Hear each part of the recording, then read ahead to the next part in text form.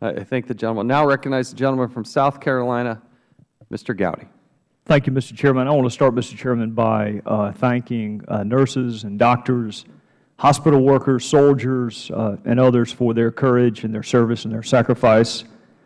Most of us, Mr. Chairman, in life run away from danger and disease and risk, and very few people are willing to run toward it.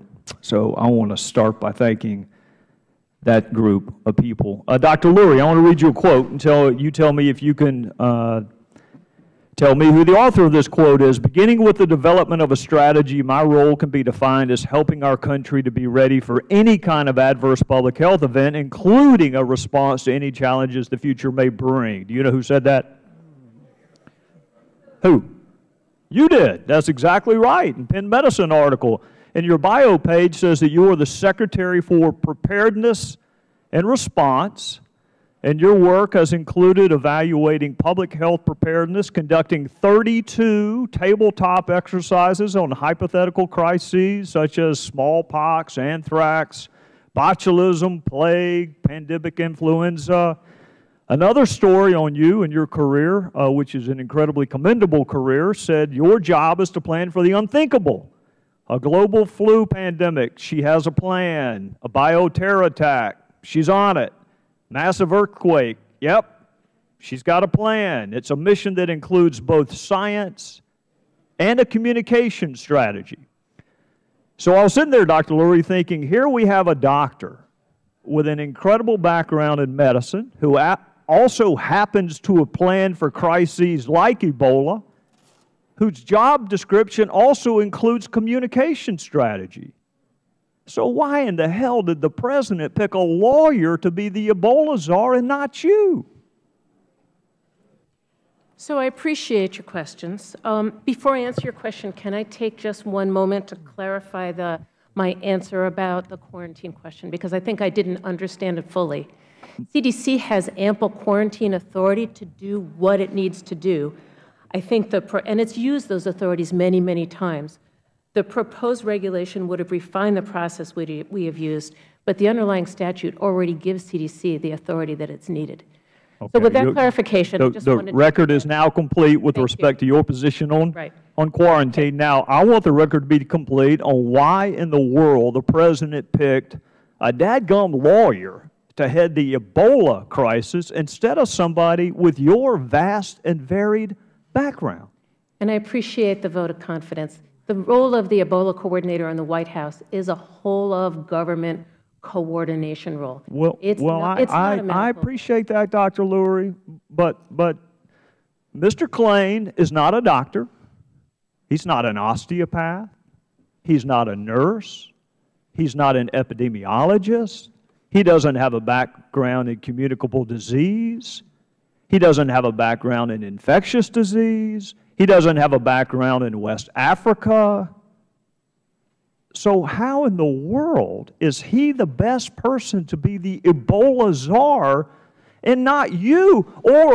And I don't want to hurt her career. I do not want to hurt Secretary Burwell's career, and I fear that I will by complimenting her. But she's an incredibly bright person. One of the more capable people I have met in the last 10 years is your boss, the Secretary of HHS. Now, we disagree, in fairness to her, on lots of policy. But she actually has a background through her work, the Gates Foundation, in global health. You're a doctor. I mean, if this were an outbreak of people who don't have wills in West Africa, or if this were an outbreak on contested elections in West Africa, then I'd say, yeah, go hire Mr. Klain. But it's not. It's a medical crisis. So why not you?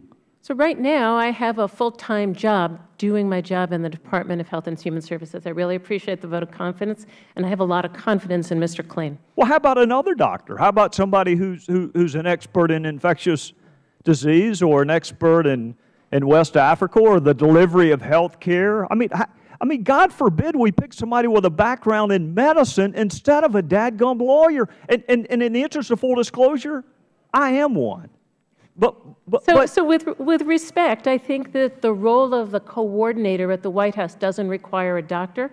It requires somebody who is really expert at coordination and bringing the parts of government together to enhance the coordination. Well, I'm going to make you this promise, okay? And I want you to hold me to it, okay?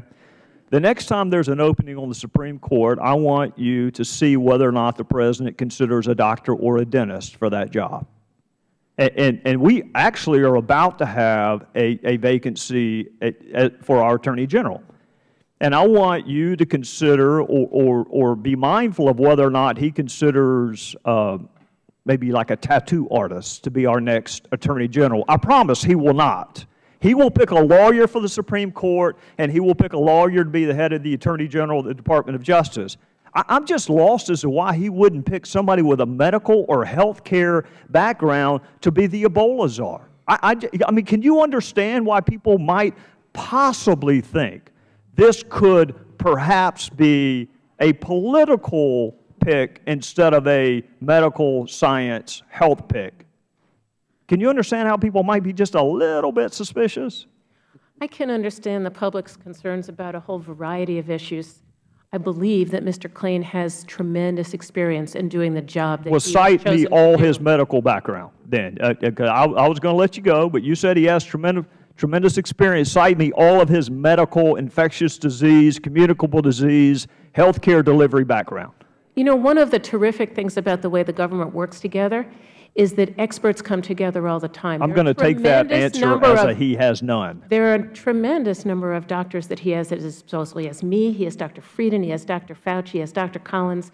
You could go on and on and on. Yeah, and it would just make, but you know what? We had access to all those people before we had Mr. Klain. All those people worked for the government before the President hired Mr. Klain, didn't they? So why pick a lawyer to head our response to Ebola? It just, you know, color me cynical, it just appears to be political. But with that, Mr. Chairman, I would yield back. Would my friend yield? Of course I will yield to the gentleman from Virginia. Well, I just wanted to join my friend in calling for a non-lawyer appointment to the Supreme Court. It would be the healthiest damn thing we've had in the last 50 years. Thank you. Are you applying? Are you interested? Thank the gentleman.